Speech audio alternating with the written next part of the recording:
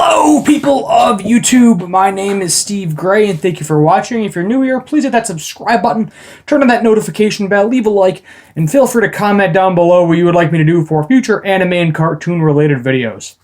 Remember, after this week, we only got 2 episodes left of both Re:Zero and The God of High School, so I am going to need something to review come the second week of October. So if you got any ideas, let me know. It would be greatly appreciated. So let's get right into it. The God of High School, Season 1, Episode 11, and holy crap. Here's kind of, I think, between this episode and next episode is going to be your kind of giant, crazy climax of the season. So we start off this episode with some background on the whole nine-tailed fox. Basically, the gist is that this fox trained to become extremely powerful, kind of right-hand man to God themselves. And then God was so fearful of this fox that, tried to kill it. Fox did not have it, ended up defeating God in a fight, not most likely not killing him or her, whoever God is in this particular show, and went to Earth, and a very weak lack of power, and that was basically all she wrote. And now is alive and well in Park Limpo, if I'm saying his name correctly. So the Nine Tails is Park Limpo, and then we realize that this power somehow hurts him to a certain extent. So Mori and him are duking it out pretty good, pretty easy, kind of neck and neck fighting, beating the crap out of each other. And it actually starts to look like Mori's going to lose. But then he awakens his crazy power, which I think is the same as Park Mujin's power. But basically he knocks Limpo up into the air, and giant crazy hand with a necklace around it comes down and just smacks him into the ground, knocks him out. The interesting thing to note too, while they were fighting, is Limpo, however you pronounce his name, I'm just going to call him Park for the sake of this. He is like kind of beat up in the process. So he basically, like, his abilities are affecting him in a negative way. So then after this, Mujin and that one member from the Nox are like, oh, the key is awakened, he is the key, but somehow he lost, so they're like very confused. They're wondering what the heck's going on with Mori, because like what the heck could Mori possibly be if freaking the he could beat the Nine Tails, being as powerful as the Nine Tails are. Mira and Dawi aren't really a big part of this episode. They just kind of congratulate him. And then he ends up going off to see Limpo in the hospital. And, they have a nice little conversation. And then, of course, Mr. Butthole Taik comes out of nowhere. Jigel Taik. He comes up and he ends up hurting both of Park's, his sister and his other friend. One loses their arm, the guy loses their arm, she loses her leg in this kind of battle in the process of him fighting Jugok. And if you're unfamiliar with who Jugok is, him and the maid kind of go hand in hand, and he becomes this kind of crazy demon thing that absorbs people, and he can absorb them and use them to become more powerful. But he ends up getting defeated by Taik again, and in that process, Taik ends up cutting off Park's sister's arm and his friend's leg, and it's kind of giving him flashbacks to when he did the same thing to his other friend and basically crippled her for life. So now he's full Nine Tails mode yet again, and he is starting to beat the crap out of Jahik. Mujin actually ends up calling the God of High School off at this case because you got Limpo fighting Jahik, which is a Nox member. And we learn that the Nox are kind of like, they believe their god is the one that defeated the Nine Tails, but I think everybody else is following. Mujin and his gang are all following the Nine Tails, is kind of the gist of what I got out of it.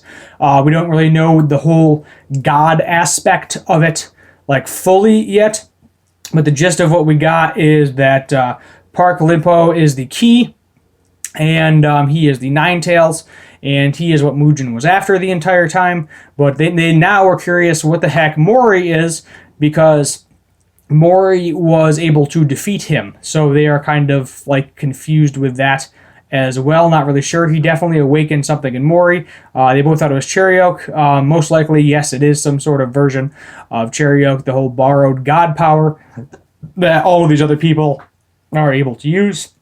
We learn that the only reason Mori is fighting now is to basically get his grandfather back, which makes sense.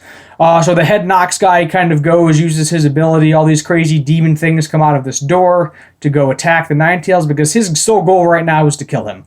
Taik's sole goal is to kill him as well. Everybody is going against the Ninetales because, all the Nox are anyway going against the Ninetales in order to try to kill him.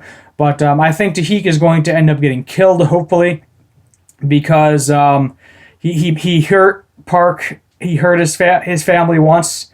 Hurt it again, and this time he's not gonna get back. He gonna die. I'm hoping he's gonna die anyway. He is the a-hole that everybody hates in the series right now. They just want him out for the count, want him out of here, and want nothing to do with him, and just want him down. Want him down, shot, dead, whatever. Get him out of there. So next episode, oh my god, what is even going to happen next episode? There is going to be just some crazy battles between Park and Tahik. And Mori is probably going to be somewhere in there too. You got Dowie, Mira, I'm guessing are going to be in there for backup. With all of the medical capabilities they have now, Mugen might, but not guarantee, he might help heal Park Suganas and Ru Hibonix. Those are both the Park Lepo's teammates. He may go ahead and actually heal them somehow or some way because they lost. I mean, I could see, fighting with both legs and one arm, but it's going to be really, really hard to fight with only one working leg. I don't, unless she gets fully healed somehow, I don't see either one of them really being back in the game. As I said, most likely Tahik he's going to have to die. That is my guess. I am guessing he is either going to die or go to jail or something is going to happen. His shark abilities are going to fail him, hopefully. I'm really hoping either Limpo kills him or Jugok kills him, either one of them, or if they double team him and just beat the crap out of him, because I think we all deserve to see him get the crap beat out of him, because initially it was going to be Mori versus him in the finals as we just finish the semifinals, but I don't think we're even going to get to that. I don't think that's going to happen. I think the tournament is kind of SOL at this point in time, and there's really nothing we can do about it. It sucks, I know, but it is what it is. And we're just going to move on, and then all of this crazy god stuff is going to come out. Who's got whose capabilities. We'll probably learn more about Mori, Dowie, and Mira. We'll probably learn more about all three of their capabilities. But I'm hoping they don't take Dowie and Mira and put them kind of on the back burners, because they both unlocked their Cherry-Oak ability. Mori just did too. His definitely seems more powerful than the other two, but I really hope that they don't just sidestep him. Don't do dirty like they did with Sakura and make Mira a character everybody hates. And Dowie, they might sidestep him too, because now you got Limpo here, and I just lost my electricity, but we're gonna keep going.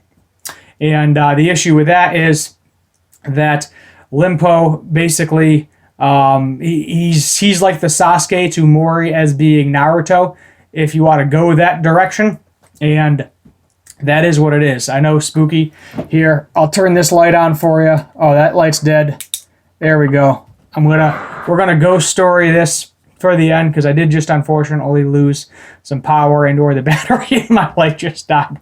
But let's keep going. I'll tell you a ghost story for the rest of this. I got a few minutes of light here left.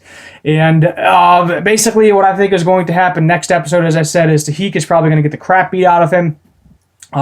Mori may or may not have to step in, depending on how powerful Tahik actually is. I could see that going down, because he was the original one that was supposed to fight him in the tournament anyway.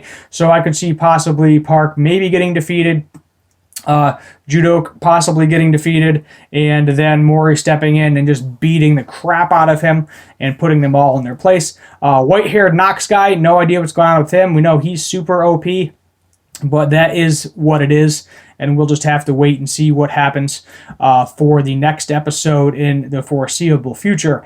My guess is we maybe will get some more backstory with the gods. There might be I wouldn't even be surprised if there's a half a dedicated episode or an entire dedicated episode to the gods, kind of what is the backstory on that, where they came from, what their abilities are, what they can do, and then kind of go back to the present so they can see everybody's capabilities in the foreseeable future.